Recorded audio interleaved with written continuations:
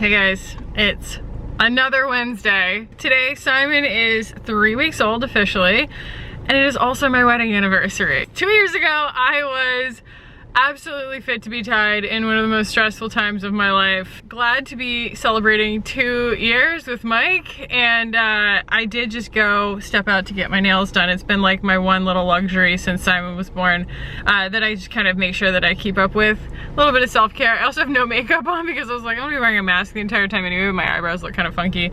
I have to stop by Target to get some allergy medication before I head home, but yeah, in this vlog, I think I really need to update you guys on mainly like my mental health situation, having to do with like the 3-week appointment, like checkup that I just had with my OB. The gist of it is that I cried all the way through it. It's kind of like when you are on this like go path in your life, and you know that if you were to just like stop and do yoga and like be with yourself for a second, you would just break down crying. And like, it just, as soon as I got to the doctor's office, I knew that anything they asked me, like, how's your kid? Like, I was gonna just break down, you know?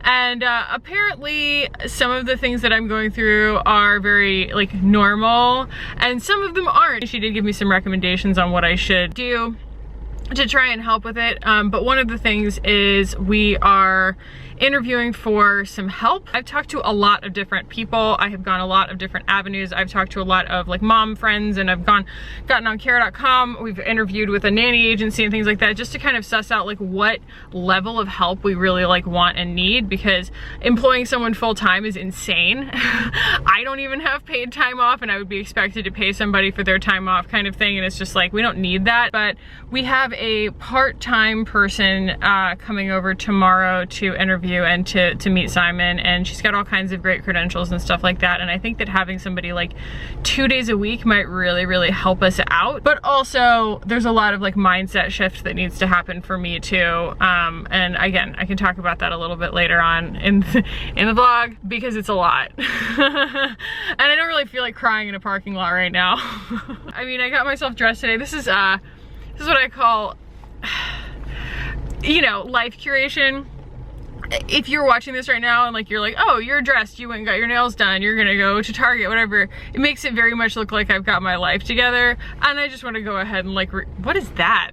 It must have gotten caught in my mask. Yeah, I just want to go ahead and reassure anybody watching this thinking that like, no, you're just catching me at a good moment, okay? I still stayed up all night nursing, and I still, you know, had to steal a shower this morning, and I'm having trouble kind of like, again, drawing the delineations between what's rational to worry about and what's like not rational to worry about. And that kind of is a good process that I'm going through, but it's a process nonetheless. So yeah, I told Mike I would be home in about an hour. So I'm going to go to Target, get some allergy medicine, and head back. Hi guys, it's Thursday, and I just put little Noodle down for a little nap. And earlier today, because it is 2:44 right now, at noon, we had a candidate come over who I had a good feeling about. The candidate for a part-time nanny. She came over, we visited with her for a while. The schedule works out, her experience works out. She held Simon, she was so sweet, and I think that it's gonna work. And this is within our budget, which is really nice. And you know, Mike goes back to work next week, so we're gonna have her start basically like after he starts. And there'll still be days during the week where I literally just have, like, she's not here because she also works with another family. I hear a restlessness. I just put him down in his snoo. Yeah, what's up? You're gonna be fine. He's just noisy. He just makes a lot of little random noises, and usually he's still asleep when they happen. But the other thing that is interesting, okay, and I'm just gonna throw this out there, and I know that I'm opening myself up to a lot of judgment, but I was just talking to my mom because we had a rough night last night. Because I've been trying to nurse him more. I think that it's convenient and it's easier than pumping in the middle of the night kind of thing. But all of the realities that I enumerated in the last vlog are still realities, and it was the first time that I have fed him again, like literally on both sides, gone back to sleep. Like it took me like an hour to feed him, gone back to sleep, and he woke up 45 minutes later. I was like so sure that I had satisfied him. I was like, I killed it. You know what I mean? He got his fill on both sides. He got hind milk on both sides. Everything's gonna be great. We're gonna sleep for 3.5 hours. He was up 45 minutes later, and I just buried my head in a pillow and held back tears. I was just like, this cannot be. Like, how is it so? And you know, I was talking to my mom about it, and she was like, you know, Kackie, there's a reason that people put their kid on formula. It is because they sleep better. Because I was a formula baby, and she's like, she's like, I remember by 5 weeks you were sleeping 5-hour stretches. I mean, you see, look at this. We're not doing well. It's so hard. And so we'll just kind of like feel that out, but at the same time, you know, first of all, I filmed a video yesterday. Mike was like, you know what, I got the kid, just go film, because it's making me feel unmoored not to work. I need the rhythm of my life back. I need that part of my identity back. I think that it's kind of a common misconception that everyone hates their job. Like, not everyone hates their job, and not everyone sees maternity leave as this like, oh my God, this escape where I'm just counting down the days until I have to go back to this miserable place where I work. I have built a career in a small business, you know, in order to not hate my job. And I actually really enjoy my job, and I get a lot of satisfaction from it. And that was, you know, by design. And so it feels like I don't have a part of myself, and it makes me feel really anxious. I realized that that was a big source of my anxiety, was that I didn't feel like I was kind of satisfying a need that I had, which is to create. And I say create, shout into the void is actually like more accurate. That's kind of how I've always identified that urge. It's like I need to be acknowledged or something, and so it's like I need to put my creation out there for people to actually consume. Just part of my personality, I think. But anyway, yeah, it felt incredible to upload today. Like, it felt amazing to upload a regular like main channel video. Yes, we have the vlogs. I'm very, very happy with the vlogs, and I'm glad that everybody else is like, you know, enjoying them and stuff. But just that main channel is what I've worked so hard on. And oh, it felt good to upload today, and for that video to be something that I was proud of and that I liked it, and just the responses and everything, and just getting engaged back with you guys. Like, it was just, it felt fantastic. So those are the updates on both nursing and my stress level / nanny situation. I think that, you know, yes, we are probably going to start trying to supplement at night. We have some formula on hand, some really high-end organic formula. And, you know, just see if he likes it. Honestly, it can't be much worse than it is right now at night. Just an update, because I did not follow up on this later on in the vlog. Supplementing with formula didn't really do anything positive for him, and I had a very personal reaction to it, which was, I don't like the way formula smells. I was like, I want my baby to smell like milk again. I just didn't realize like how strongly I was going to feel about that. So we have moved back away from nursing, and we have moved away from formula feeding, which we tried to do just one night. We didn't experience any improvement in his sleep, and now we're just back to pumping and feeding him from a bottle. And that is kind of what the pattern of the rest of the video will refer to, as if I have told you that, which I didn't. So I wanted to make sure and fill that in. Yeah, I'm gonna make myself some lunch. It's 3 o'clock, and I'm gonna make myself some lunch. Yeah, that's the rhythm of my life right now. Good morning. Oh my, what is my hair doing? I literally just woke up. I should say I literally just got up. I've been waking up a lot. It is 9:03 a.m. and it is, I know, look at this dingbat. Hello, I would like to go outside please in my cone. I would like to climb the fence in my cone, which he did, which is why we're not letting him out, idiot. But yeah, it's the first time that we've had like long stretches of sleep that I don't know what they're predicated on, but you know, I guess just having like a tighter schedule. Little man, he's grumbling in there, of feeding him in the night with a bottle and not breastfeeding him We actually got one 4-hour stretch, and then that ended at about 6:30, and then I just woke up, it was about 8:45, so you know, that was like 2 hours and something. But I mean, he's not up yet, and so when he grumbles, he's like the noisiest baby, and like I'll look and he's got his eyes closed, so I'm like, okay, here, sleep. And I had this like revelation, this moment where I was like, wait a second, I can get up, make my coffee, and do what I need to do before I wake him up. Like, you know, get him a bottle ready and stuff. It's like, wait a second. I have a moment to actually prepare instead of like figuring out how to like keep him from getting upset while I get a bottle ready for him and stuff like that. It's amazing the things that don't occur to you when you're sleep deprived. Just like logistics. But last night did have its rough moments, and that was because I am kind of losing my mind when it comes to the breastfeeding body connection. I woke up having a night sweat last night, and something in my brain, like a really serious one. Can you not, Bruce, please? Thank you. And something in my body told me it had something to do with breastfeeding, and I woke up just freaking out, and I was like, I need to, and I didn't know what I needed to do, but I felt like I needed to do something. And of course I woke Mike up because I felt like I needed to do something, and I was just like overwhelmed by this feeling of like something about my body needs to help with but because I'm sweating all over my body, something must be wrong. Can you please stop being obnoxious? Please? I love you. So annoying. You did this. You and our money did this, okay? Even though we're bottle feeding him and I'm pumping, there's just some kind of, I cannot find the signal for the noise in the night when I wake up and I have all these really crazy thoughts that are like linked to my biology. And it's kind of starting to freak me out, you know? So, I don't know, I'm gonna talk to Mike about that. I think he's out with the doggo right now, which God bless him, you know, he saw that we were sleeping, so he took an opportunity. But look at these idiots.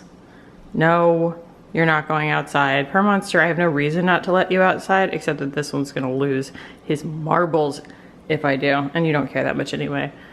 Yeah, no, sorry, buddy. Give it up. Hey guys, it's Saturday. I actually don't know what I've talked about and what I haven't at this point, because brain cells, they are scarce. But, hi Purrbox, come here. I have had a shower this morning, and I have had a little bit of breakfast, and I'm having a second cup of coffee. Oh yeah. But he's just babbling in his sleep right now. I look pretty bedraggled. Let's put those back on. Yeah, it's all over my face right now that I chose to get up and get things done this morning instead of sleeping in while he slept. Oh, where's your bub? He sounds like a creaky door. Newborns make the weirdest noises. He literally sounds like the peacocks that used to live behind me in my old apartment. They just like honked all the time. He just like honks. So yesterday I had a scheduled meeting, like a video conference call with a nurse that was like part of the network with the hospital that I gave birth at.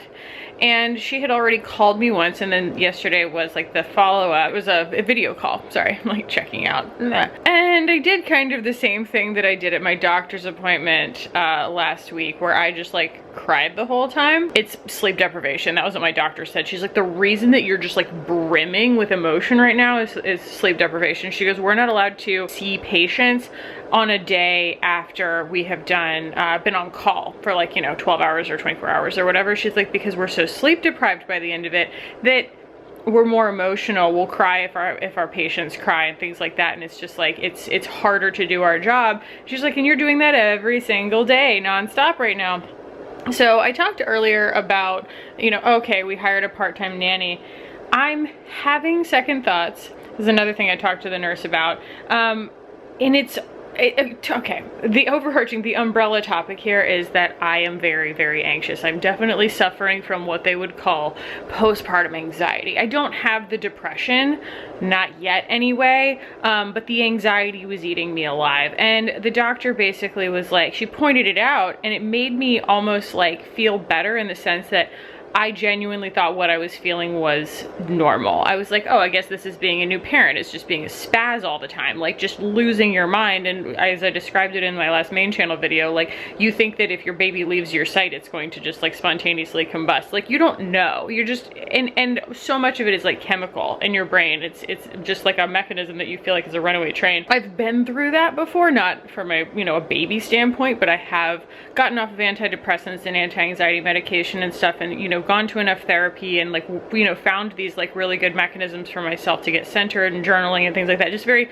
I feel like healthy for me ways of coping without any kind of medication. Not that I think that it's off the table. My doctor basically said it wasn't off the table either, but just that I know that help exists, and that's like a huge thing, and that help helps, that I benefit from it, and that, you know, putting the work in for those kinds of things actually is beneficial for me. And so more than anything, my doctor telling me that like I had a noticeable amount of anxiety about the baby made me realize that it was unusual, which was kind of nice. Like I like when people kind of model behavior for me, that something isn't as big of a deal as I'm making it, you know? And it's like sometimes you can feel like that's someone diminishing your experience, but like I want someone to diminish my experience right now. You know, I would love somebody to just be like, you are totally overreacting and your baby's gonna be fine. Like that's the kind of thing that I need to hear right now, and that was kind of what she told me. And so she gave me a lot of, this is the doctor last week, she gave me a lot of options where she was like, I think you need to hire help. I think that you need to get back in touch with your therapist, which I have. She's gonna check back in with me because she's like, I don't want to take like anti-anxiety medication off the table. I want you to know that it's an option and we can do it safely. And I was like, okay, so it's just like, you know, trapdoors, like escape routes. Then I talked to this nurse, and you just, I don't know, I think that like that was one of the things, was I thought that hiring a nanny was going to make me less anxious. Turns out I just have floating anxiety, and like it's just going to like plop on anything that's nearby. That's kind of what generalized anxiety does, is it like starts with the anxiety symptom and then it finds something to like rationalize it. It's like, oh, you're freaking out about this. And even if you were to like, that's the spoiler, if you were to take that stimulus out of the equation, your anxiety wouldn't go away. It would just find something new to glom onto, rational or not. And so that is kind of what I'm dealing with. But at the same time, Simon, I have finally realized, sleeps a lot, and that I can work with that. Like I can actually work around that schedule even during the day. That was my big fear, that I was like, I'm not gonna be able to work. And that's why I wanted to hire a nanny, was like, I need somebody to take care of him because he's just so unpredictable. He's not really that unpredictable, as it turns out. And a lot of that was just like my anxiety, like just a boa constrictor around my neck, you know. She also like, you know, gave me some like mom support groups and stuff like that too. And that's, I have a lot of trouble asking for help. I've always just been very, very independent. And like, I think that that's even what's hard for me, is knowing that Mike's gonna go back to work and that I am essentially going to be like on my own, even though he'll be here. What part of my hair is that? Let's not. My hair hasn't all fallen out. That's pretty cool. I really expected it to. Like, there's still time, but it hasn't done it yet. Part of me just really wants to see if we can do this on our own. So I'm gonna try this week while Mike kind of goes back to work and establish more of like a routine for myself. Yeah, I think he's getting, oh yeah, oh yeah, oh, you're so cute. You're so cute. I can eat him. Oh, he just farted. Yep. He makes lots of straining noises and then he farts. And then this morning, like, he made all these straining noises overnight and then he shot poop across the room. It was great. Oh, on that note, my husband's home. Hello, my friends. Do you hear that? That is a little Simon squirming in his sleep. So, it is Tuesday. I swear, I showered today and I blew my hair out and it just is not, it's not cooperating. Anyway, so I wanted to wait to kind of update the vlog until today kind of ran its course, because I have had a lot of things that were sort of set to happen today, and I kind of knew that they were going to, I didn't want to, I don't know, speak in any kind of final terms until they had. So I talked about how my doctor wanted me to get back in touch with my therapist, and I did. And so I just had my first therapy appointment with my therapist just now, which is fantastic. First thing this morning, I had a call from a lactation consultant who talked to me about, like, you know, exclusively pumping in my supply and kind of trying to winnow down a little bit on my night feedings and things like that, because that was what the nurse had recommended. Turns out that's not going to be 100% possible, but that she's like most people, you know, when they get their supply established, can get most of their like a feeding done in like 8 minutes pumping, and not like 30, which is outstanding. I can do 8 minutes all day long. Also, we had a pretty darn good night last night. I don't know whether it was a fluke or whether it was what we did, but basically, even though it had only been about an hour and a half since he last fed, and usually he goes like 3 to 4 hours, we fed him at 7:30 p.m. and then I fed him at 9 p.m. and he like still took pretty much a full feeding, almost 3 ounces. And instead of having that horrible cluster feeding, angry, fussy jag from like 12 a.m. to 3, which has been the theme of our lives and been ruining our days, he slept until midnight and he woke up and I fed him again. He slept until 4. I know that that sounds like your nightmare if you've never had a kid, but trust me, with a newborn, 4 hours of solid sleep, outstanding. And then I pumped at 4 and Mike fed him, and then he slept until about 7:15. So that was nice. We actually got, like, you can tell I'm a little bit clearer headed today, and that is 100% because I got a slightly longer stretch of sleep. And then the other call that I had was with another kind of, she's like she's a therapist, she's a licensed therapist, but she's just kind of a local resource for different support groups and stuff like that for postpartum anxiety. I'm just really doing the most to try and make sure that, you know, I get right in my head. There is no reason to put off your mental health. There is no reason to tough it out when help is available. And for me, I already hit my deductible because baby, hospital, large bills. And so my therapy is like, I don't even have a copay until like next year. And so I'm just setting up weekly appointments with my therapist. And yeah, if you have the resources, and honestly, when you have a baby, most of these resources are free, and you can find support groups and you can find different people, and like, you know, nurses, lactation consultants, therapists, things like that, that are, this is their whole job, is to support women after they've had a baby. Because what I'm experiencing kind of sucks, but it's not uncommon. And I don't want anybody to think, like, you know, coming out of it, that like it's supposed to be easy, and that if it's not easy for you, that you're doing it wrong, because that is absolutely not the case. And honestly, a lot of it has to do with the ride that your hormones have chosen for you. It is not your fault if you are having any kind of difficulty. It's not your fault. However, you and your brain end up reacting. He's stretching. We have lots of names for him, but he's also Stretch Armstrong. That's what that sound is he's going, oh, he has like the most satisfying stretches I've ever seen. It's so cute. The main thing that, like, if I could use my platform for any kind of positive message around postpartum, it's that nothing is really abnormal, and that the resources exist to try and help you process whatever your specific challenge is. And I wish that, like, there are a lot of things that I said in the last video that I was like, I'm glad that people didn't tell me this X, Y, and Z, or I think that was in my actual delivery story. I was like, there are things that no one can prepare you for. I think that the one thing I wish someone had prepared me for was the fact that there is help available for anything that you might need. And I mean, granted, we would love to just send the baby to the nursery for a night like you did in the hospital. That doesn't really exist unless you have Kardashian money. But as far as mental health and support is concerned, and just finding community, if that's your thing, and it's never been my thing, I'm not an ask for help kind of person, but when it comes to my mental health, suffering in silence has never been the answer, and I will take pretty much any help that is given to me in order to help me process stuff like this, because therapy works.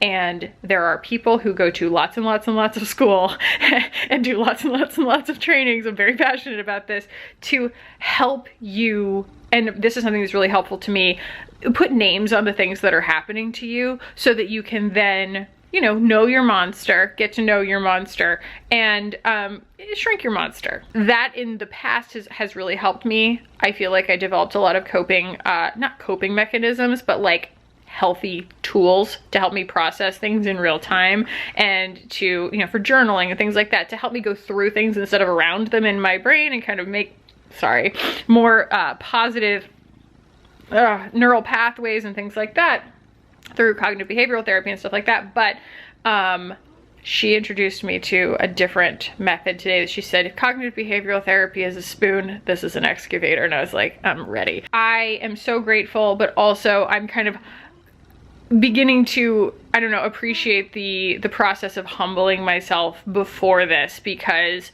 granted, I had absolutely no delusions that I was going to be great at this out of the gate, but I did think that I was going to be able to take it as it came.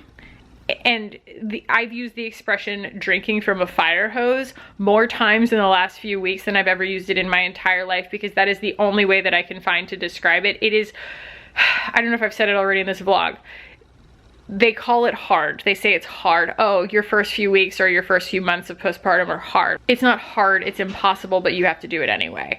And that's why you need help. And people are like, oh, don't be ashamed to ask for help. Help looks different for everybody.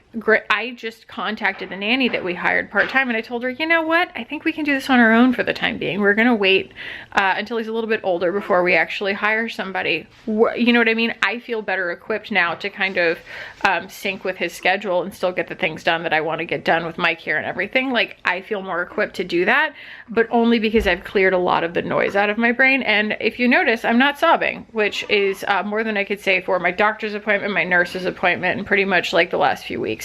And it's not because I'm like horribly depressed or anything like that. It's just because lack of sleep plus overwhelm, everything's just like sitting right here at the surface, and you just, you know what I mean? It just spills out. I'm not gonna say like, oh, I get it now. I'm an A+ professional mom now. Hey babe.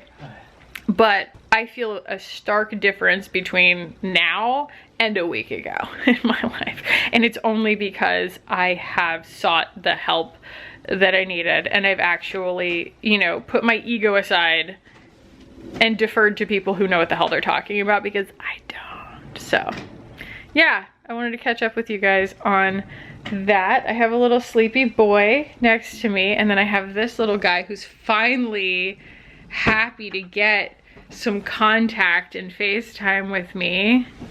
Wow. I know every time I film I'm in bed. I promise I'm doing other things, but they are mainly on my other channel. So yeah, I might check in with you guys in a little bit, but I am feeling a lot better today. Also, it's like under 50 degrees outside right now. It's incredible. Like, we're finally moving into fall. Yeah.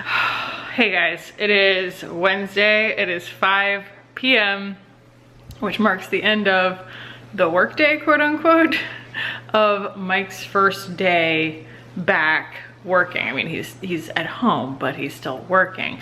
And just seeing what our new reality was going to be like, and our new reality gave me a frontal lobe headache all day long, because, you know, I filmed a video and edited and uploaded today, and I hadn't planned on doing that. I had a video ready, but I decided to kind of rearrange them. But, you know, my flexibility allows for me to have the baby with me all day, and Mike's doesn't. And so I think the deal is when he gets off work, he takes the baby because I have fed him. He's like feeding really infrequently at night, which is amazing. It means that we had another good night last night. We slept like close to 4-hour stints, you know, in the night, which is just, it's so much different than 2.5 or 3. It's so much better.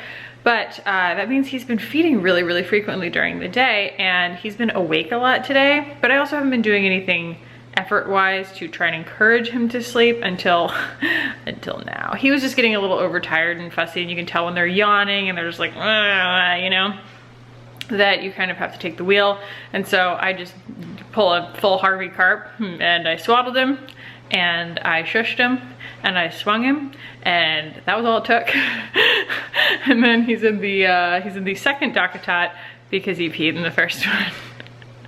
And so we're on load 3 of laundry today, but I will say this is like the tidiest my house has ever been. There's something about, like I said in my main channel video, there's something about having a kid that makes you incredibly efficient, where you're just like, suddenly you grow like 4 more pairs of eyes. And so you just see everything that needs to be done and you do it completely while you're standing there. You don't have that like, I'll come back to it mindset, because you know that you won't. So yeah, I definitely had like a thrilling amount of efficiency today, but it's kind of like my friend Jordan. She's like one of those ultimate planner, organizer, type A types. And she told me, she was like, I function best when I'm at like 110% stress capacity. And that was kind of where I was at today. And I was like, all right, I get it. You know, it's just kind of a new normal. So every day is not going to be like this, because I don't have to film every day. Uploading 5 days a week, I've done it before.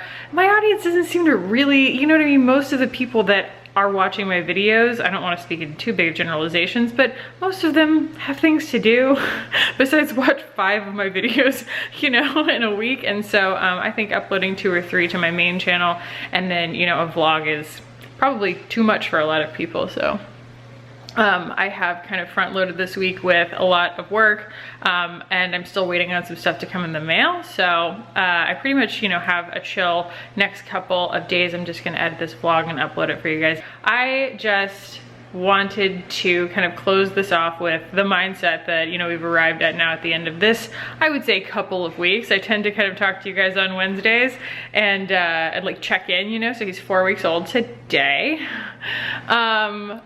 That, you know, things are starting to level off. I'm getting a little bit of my confidence and learning to go with the flow in a lot of ways. And I know that things are gonna change, and I don't know what they're going to look like, you know, one day to the next. But I feel a lot more equipped now that I have like a standing therapy appointment every week, and I feel like even that is a step in the right direction. So yeah, I'm finally able to breathe. Little homie's asleep over there, and Mike and I are figuring out our new normal. But I'm gonna go ahead and end the vlog here. I'm so grateful to you guys for being interested in this weird phase of my life. It's a lot of fun, and I know a lot of you guys can relate. So thank you for watching, guys. I love you so much, and I will see you in the next one.